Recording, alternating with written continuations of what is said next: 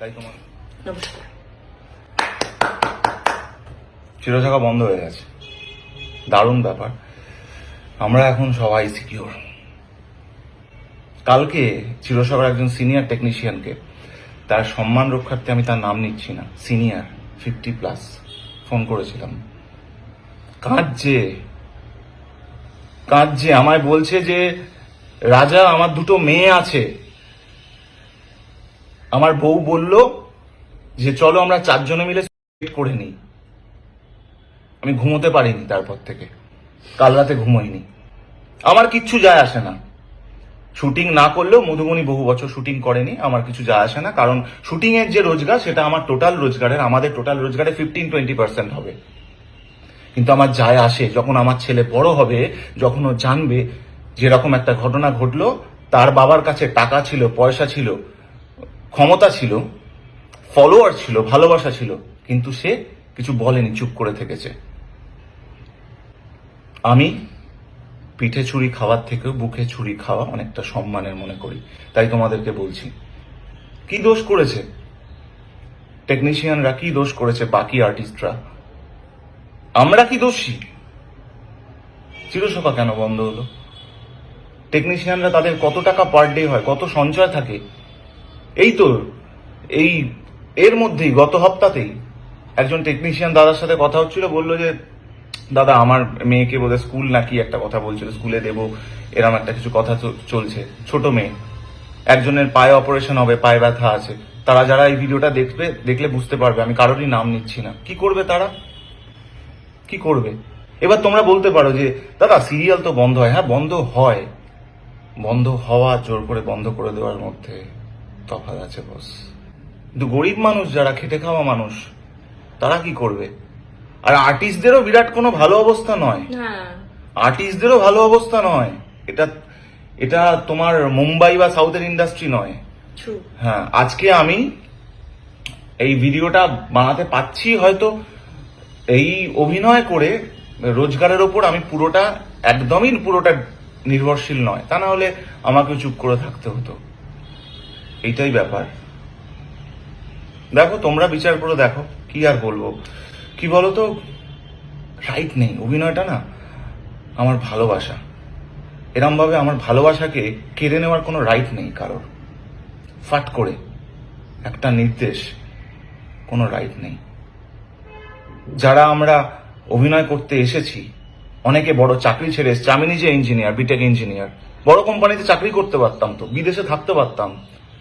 Risk নিয়েছি, interview দিইনি, কারণ আমি অভিনেতা হব, আমি অভিনয় করব, অভিনয় করে রোজগার করব। তখন জানতাম না যে নাম করব, জানি অভিনয়টা করতে হবে। আরে বস, জুনিয়র হিসেবে কাজ শুরু করেছি, 500 টাকাও পাইনি। তো আমার তখনও ভয় ছিল না, এখনো ভয় নেই। ভয় আমার নেই। প্রতিবাদ হোক 100%, তদন্ত হোক, সবকিছু হোক, কিন্তু চিরসখা কি দোষ করলো? This is my whole point. মানে এখানের আর্টিস্ট, এখানের টেকনিশিয়ানরা কি দোষ করলো ভাই? আমি তো এটা বুঝতে পারলাম না। হ্যাঁ, দোষী আমরা। আমি আমার কাজকে ভালোবাসি, এটা আমার দোষ না? দাদা এখন আবার শুটিং করার কি আছে? কেন ভাই, তোমারই বা তাহলে চাকরি করার কি আছে? তোমারই বা তাহলে ব্যবসা করার কি আছে? এটা তো আমার রুজি রুটি। প্রতিবাদ করবো না, এখনো কিছুই বলবো না, চুপ করে থাকবো? এতটা স্বার্থপর? খালি নিজেরটা বুঝি। আরে ভাই ছাড় না, এত ব্যাংক ব্যালেন্স আছে, একটা নয়, দুটো নয়, তিনটে নয়, এত 4খানা প্রপার্টি রয়েছে, হাই রাইজে 3-4টে গাড়ি রয়েছে, বিজনেস রয়েছে, 3-4টে গাড়ি রয়েছে, বিজনেস রয়েছে। কি যায় আসে? কিছুই যায় আসে না। ও ঠিক আছে, চুপি চুপি আরেকটা প্রডিউসারকে ফোন করব, ফোন করে বলবো যে দাদা আমি খালি আছি এখন, হ্যাঁ এটা দেখে নেবেন, ব্যাস ওইটুকুই। তারপর আবার ঢুকে যাব, রেমুনারেশনটা ওই ফাঁকতালে একটু বাড়িয়ে নেবো। না, পারলাম না, এইটা করতে পারলাম না, এটা করতে পারলাম না। জানি এটার অনেক বিরূপ প্রতিক্রিয়া হতে পারে, অনেকে ভুল বুঝতে পারে, কিন্তু আমি জোরহাত করে বলছি, আপনারা যারা এই বিষয়টা নিয়ে ভাবছেন, তারা আরেকবার ভাবুন যে চিরসখার দোষ কোথায়, এর সাথে যুক্ত যারা, আমরা কি দোষী? যে স্বেচ্ছায় ছাড়তে চাইছে সেটা তার ব্যক্তিগত বিষয়, কিন্তু বাকিরা 50, 60, 70 জন টেকনিশিয়ান, তাদের পরিবার, 30, 40 জন আর্টিস্ট, আর এতই সহজ ইন্ডাস্ট্রিতে কাজ পাওয়া। Is it so easy? আবার এটা অনেকে ভাববে যে একটা নতুন সিরিয়ালে ঢুকে যাবে, অত সহজ নয়। আমার জন্য সহজ, আমার জন্য সহজ, কারণ আমি এস্টাবলিশড, আমি 15-16 বছর ধরে কাজ করছি। সব হাউসের সাথেই আমার খুব ভালো সম্পর্ক আছে, প্রত্যেককেই আমাকে খুব ভালোবাসেন এবং প্রত্যেককে আমি শ্রদ্ধা করি।